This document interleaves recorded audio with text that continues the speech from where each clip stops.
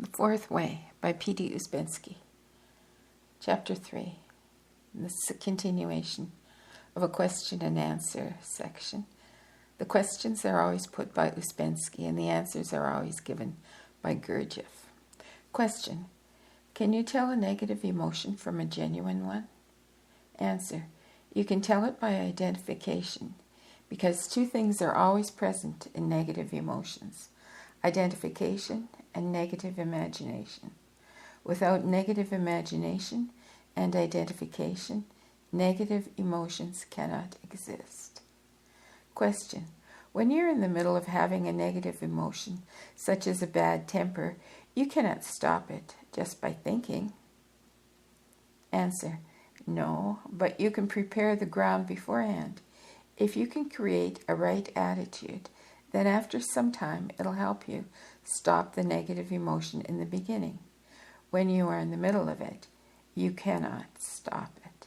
Then it is too late. You must not let yourself get into a bad temper. You must not justify it. Question. From what you say, it seems to me that you are presupposing an I higher than others who can do this. Answer. Not higher, but some intellectual eyes are free from the emotional center and can see things impartially. They can say, I had this negative emotion all my life. Did I get a penny? No, I only paid and paid and paid, and that means it's useless. Question. Have we emotions that are not negative? Answer. Certainly, but not positive. They are not negative yet, but can turn negative the next moment. Question. But it seems to me there are circumstances that simply induce one to have a negative emotion. Answer. This is one of the worst delusions we have. We think that negative emotions are produced by circumstances, whereas all negative emotions are in us, inside us. This is a very important point. We always think our negative emotions are produced by the fault of other people or by the fault of circumstances. We always think that. Our negative emotions are in ourselves and are produced by ourselves. There is absolutely not a single unavoidable reason why somebody else's action or some circumstance should produce a negative emotion in me. It is only my weakness. No negative emotion can be produced by external causes if we do not want it. We have negative emotions because we permit them, justify them, explain them by external causes, and in this way, we do not struggle with them. Question. Is there any reason why we are so anxious to keep them? Answer. Habit. We are too accustomed to them, and we cannot sleep without them. What would people do without negative emotions? This habit is so strong that special work is necessary to get rid of them.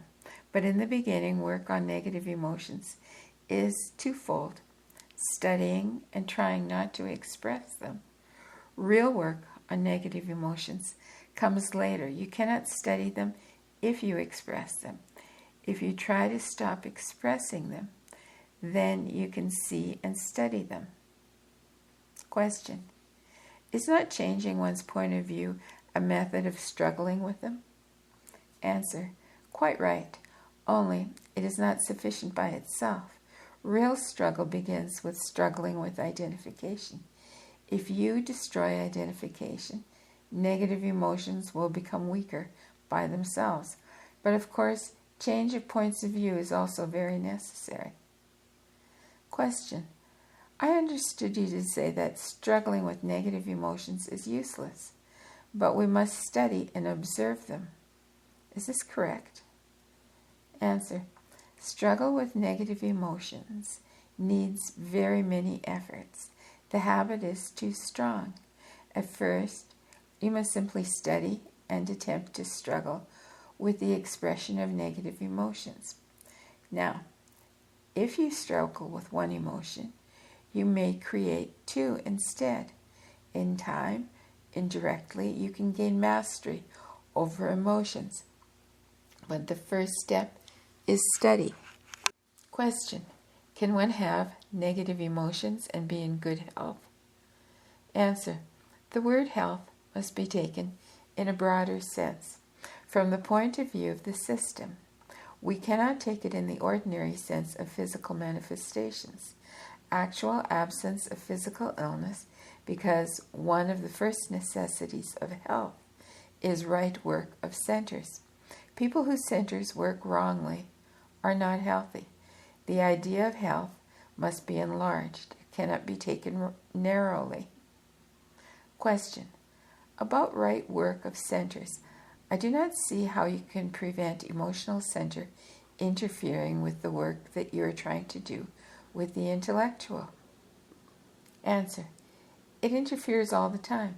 You can do nothing about it until you have conquered negative emotions and have learned not to identify. When you cease to identify, negative emotions cease to have power, because they work only on the basis of identification. Question: when you feel an unpleasant emotion, why is it necessary not to express it?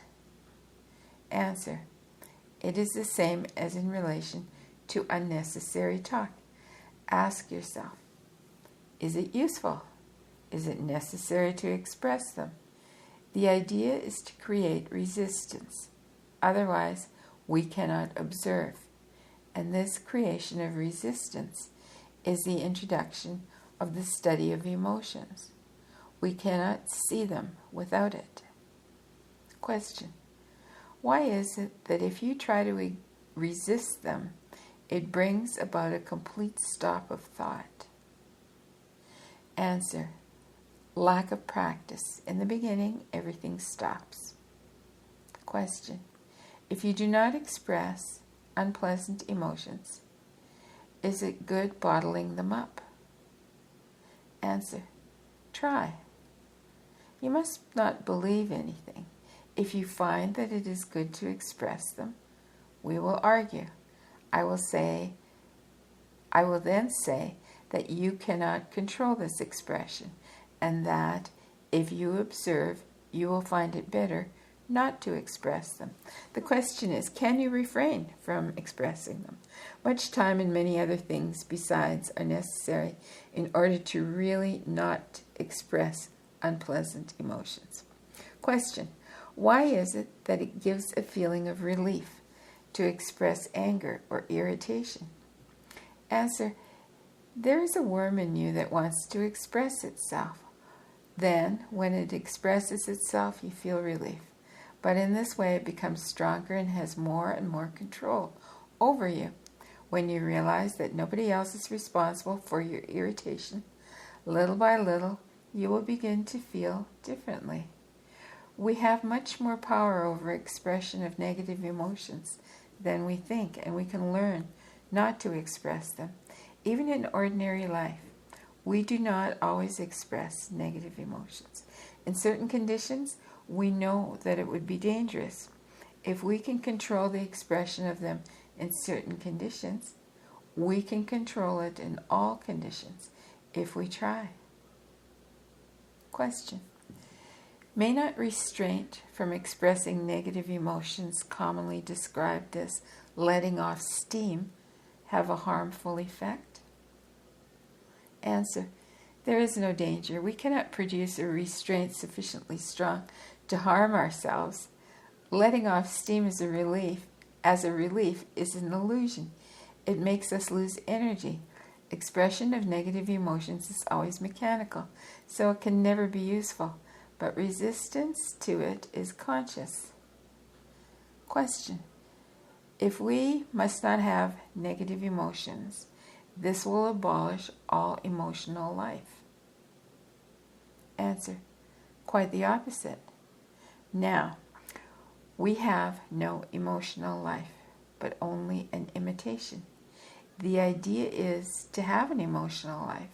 Real possibilities of knowing are in the emotional center. Question: The same amount of exhaustion is incurred by controlling as by releasing. Then, what then can I gain by trying to control the expression of anger? Answer. It is quite a wrong assumption that it is the same amount of energy, because control increases energy. It may be that you have to expend a certain amount of energy to control some emotion, but next moment, since you do not spend energy on this useless emotion, control will increase energy.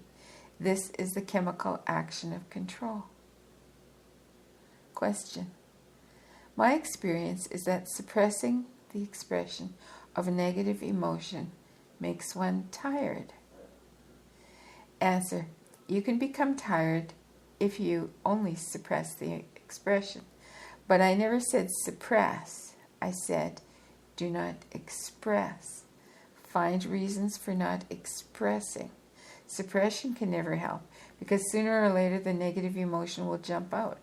If you merely suppress, you keep the identification and only shut off the external expression. It is a question of finding reasons of thinking rightly, because expression of negative emotion is always based on some kind of wrong thinking. Question.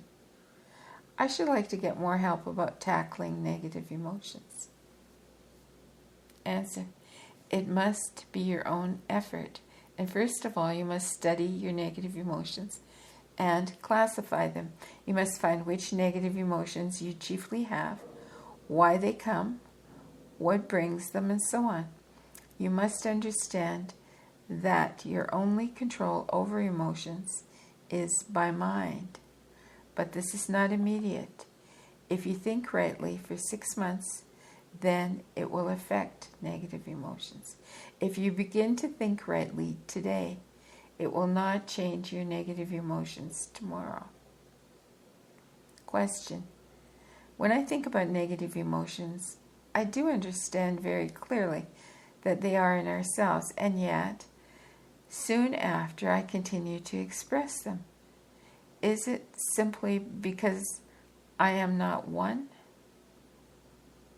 First, because you are not one, and second, because you do not try in the right way. It is a question of long work, as I said, and this cannot be changed at once. If one has constant negative emotions, recurring negative emotions of the same kind, one always falls in at the same point. If one observed oneself better, one would know that this was coming or has come, and if one had thought rightly beforehand, one would have had some resistance. But if one has no right attitude, if one does not think rightly, then one is helpless, and the negative emotion happens again at the same time in the same way. This is one of the methods of controlling emotions through the intellectual center. But attitudes must be created, not at the moment of the emotional explosion, but long beforehand. Then, little by little, emotional explosions will come under the control of the intellect. Thoughts can be more permanent than feelings, and in that way, thoughts can influence feelings. You can create permanent thoughts, permanent attitudes, which will affect feelings in time. But before this can become possible, a certain discipline must be introduced into our emotions, and a certain knowledge must be acquired in order to work on the emotional mind. Question.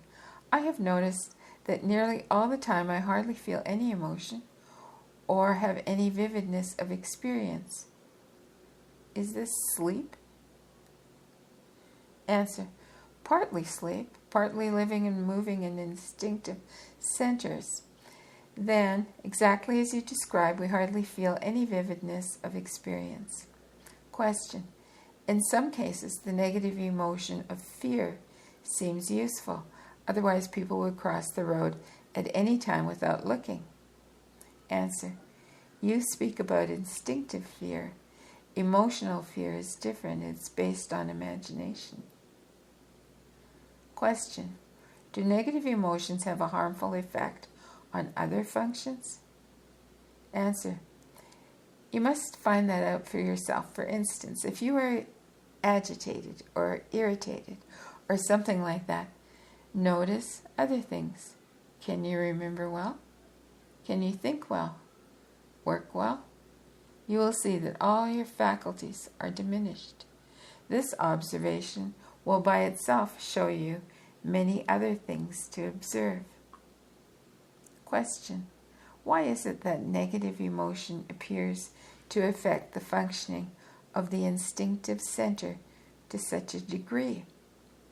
Answer: negative emotions affect all centers. Centers are so connected that you cannot have a strong or violent negative emotion, and with the help of identification, they all become strong without affecting all centers. Okay, let me read that sentence again. Negative emotion affects all centers. Centers are so connected that you cannot have a strong or violent negative emotion without affecting all centers. You cannot have a negative emotion and at the same time do something else right or even think rightly. You eat wrongly, breathe wrongly, walk wrongly, work wrongly, everything. Question: are negative emotions a wrong use of the instinctive center? Answer: no, but all emotions have their origin in the instinctive center. In a small child, centers are not divided. Negative emotions are created from material taken from the instinctive center. This material legitimately belongs to the instinctive center and is wrongly borrowed from it. We are in a very strange state because positive emotions do not belong to our ordinary emotional center, but to the higher emotional center, and negative emotions do not belong to the ordinary emotional center, but exist in an artificial center. The emotional center borrows material from the instinctive, and with the negative half of the instinctive center and the help of imagination and identification, it creates negative emotions. Destroying them is very difficult work, but you must realize that as long as negative emotions exist, no development is possible, because development means development of all there is in man. Negative emotions cannot develop. It would be very disastrous if they could. So, if one's trying to create consciousness, one must at the same time struggle with negative emotions, for either you keep them or you develop. You cannot have both together. Question: Would a way to controlling negative emotions be trying to understand why a thing happened, to understand cause and effect? Answer: it may be in some particular case, but at the present there is no question of destroying or controlling. The question is of studying. The strongest method for controlling negative emotions is learning not to express them. So, we must first struggle with the expression of negative emotions, and second, with the emotions as we struggle with. When we learn not to express them, we will speak of the next step. You cannot control negative emotions as long as they have free expression. I want you to understand that stopping the expression of negative emotions and struggle with the negative emotions themselves are two quite different practices. Trying to stop the expression comes first. If you express a negative emotion, you are in its power and you can do nothing at that moment. When you have learned not to express it, you can try not to identify, to create a right attitude, and to remember yourself. Question: I can sometimes manage not to express a negative emotion to begin with, but it goes on trying to come out. Answer: that means you only stop the external manifestation, and you must try to stop the cause of it. I do not mean the emotion itself, but the cause of the expression. There is a difference. Emotion is one thing, expression is another. Try to find the difference. Question: does trying to control unpleasant emotions gradually eliminate them? Answer: certainly, because many of them can only exist when there is no control. The moment control begins, many of them become easy to eliminate. Question: if one's early training had been such that it's natural not to express unpleasant emotions, is it not equally mechanical? Answer: this is an academic question. It is necessary to verify whether you can do it in all circumstances. One may be trained not to express negative emotions in certain circumstances, but in other circumstances one will express them. Question: is not the point not to feel unpleasant emotions? Answer: that comes later. It's quite a separate question. You come to that by not identifying. Question: by what means can one check where one's unpleasant emotions come from, what causes them, and how we are to get over our tendency to deceive ourselves? Is this only possible through a school? Answer: at present, it's not possible to learn where they come from, but important to stop their expression. Many things about negative emotions can be learned afterwards. As to what causes them, identification is the general cause of all negative emotions. You cannot struggle with them without help. Many people tried. If you realized how small your possibility is, you would understand that one must have every possible help in order to achieve something. Question: must negative emotions always be mechanical? Answer: what is the opposite to mechanical? Conscious. Who will have negative emotions consciously? When one knows that one can give them up, nobody would have them. So certainly they are mechanical. Question: could we hear more about the right attitude as a weapon against negative emotions? It must mean more than just not identifying. Answer: certainly it means more. It means right thinking on a definite subject. For instance, almost all our personal negative emotions are based on accusation. Somebody else is guilty. If, by persistent thinking, we realize that nobody can be guilty against us, that we are the cause of all that happens to us, that changes things. Not at once, certainly, because many times this realization will come too late. But after a time, this right thinking, this creating of right attitude or point of view can become a permanent process. Then negative emotions will only appear occasionally. Exactly by being permanent, this process of right thinking has power over negative emotions. It catches them in the beginning. Question: I find that much of my time is passed in a negative state, not very definite, and I don't seem to be able to do anything about it. Answer: yes, but you must have realized that it is generally connected with some kind of identification or imagination. When you find different manifestation of this negative state, you can struggle with it, because this struggle is in the mind. You can refuse some points of view and accept other points of view, and very soon you will see a difference. This is connected with a very big question, because from one point of view, we are so mechanical that we can do nothing. But from another point of view, there are several things which we can begin to do. We have certain possibilities in us, only we do not use them. It is true that we cannot do anything in the sense that we cannot change what we feel at any moment, but we can make ourselves think about a subject at a given time. This is the beginning.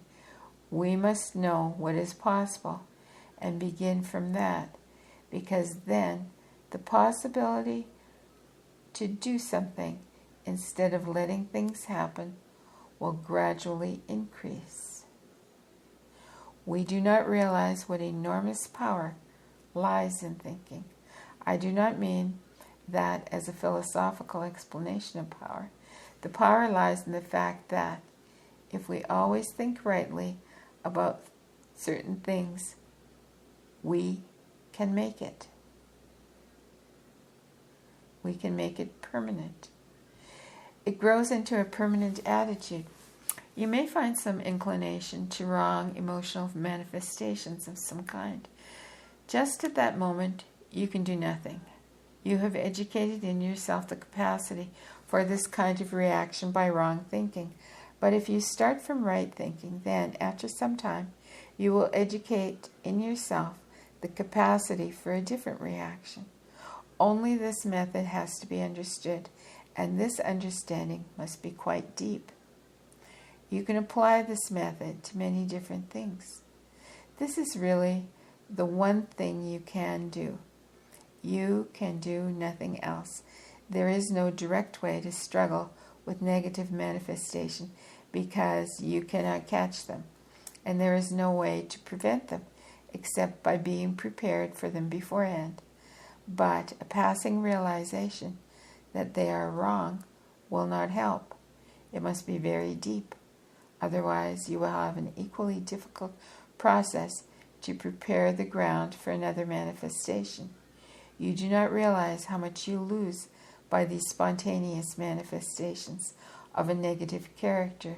They make so many things impossible. Question. Even if I begin to think rightly, I find imitation starts when I hear somebody grumbling, and I begin to do the same. Answer. The fact that you begin to think rightly will not change anything right away. It is necessary to think rightly for a long time. Then results will come, but not at once. It is a question of months or years to create right attitudes. By creating right attitudes, you consolidate the fact that you have really and seriously decided not to give way to negative manifestations. We do not realize how much we lose in this way. We lose exactly what we want to get. But first of all, you must stop the habit of expressing negative emotions. This is why in the very first lectures, when you hear about self-observation, it is explained that you must learn not to express negative emotions. Everybody knows how not to show what they feel. I do not mean in exceptional cases, but in ordinary cases. All negativeness is based on identification, imagination, and on one particular feature, namely allowing oneself to express it. You always believe you cannot stop it, and therefore you feel that it's right to show what you feel. First, you must get rid of this illusion. You can stop the manifestation of negative emotions. If you say, I don't want to, I will believe you, but not if you say, I cannot. I have given you many suggestions about work on emotions, such as study, struggle with identification, struggle with the expression of negative emotions, right thinking about negative emotions. 4 practices. If you really use all that is given, very soon you will see perceptible results. Real control of emotional center needs self-remembering, a new state of consciousness. So it's a very long way off. Now we must use auxiliary methods. The most important of them in the beginning is a right attitude.